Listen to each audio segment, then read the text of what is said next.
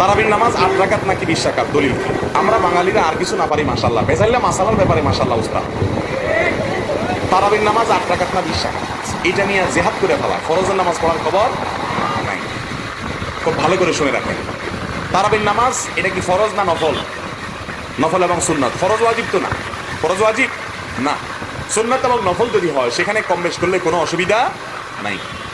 কিন্তু ফরজে কম বেশ করা, জোহরের ফরজ 4 রাকাত, 6 রাকাত পড়া যাবে, 2 রাকাত পড়া যাবে, কিন্তু সুন্নাত বা নফল এগুলা কম বেশ করলে কোনো অসুবিধা হয় না।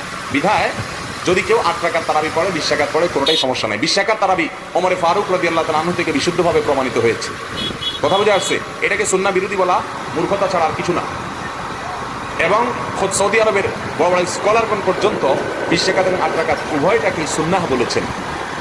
8 রাকাত পড়লেও সুন্নত আদায় হবে, 20 রাকাত পড়লেও সুন্নত আদায় হবে, তবে এটা নিয়ে ঝগড়া করলে সুন্নত আদায় হবে না।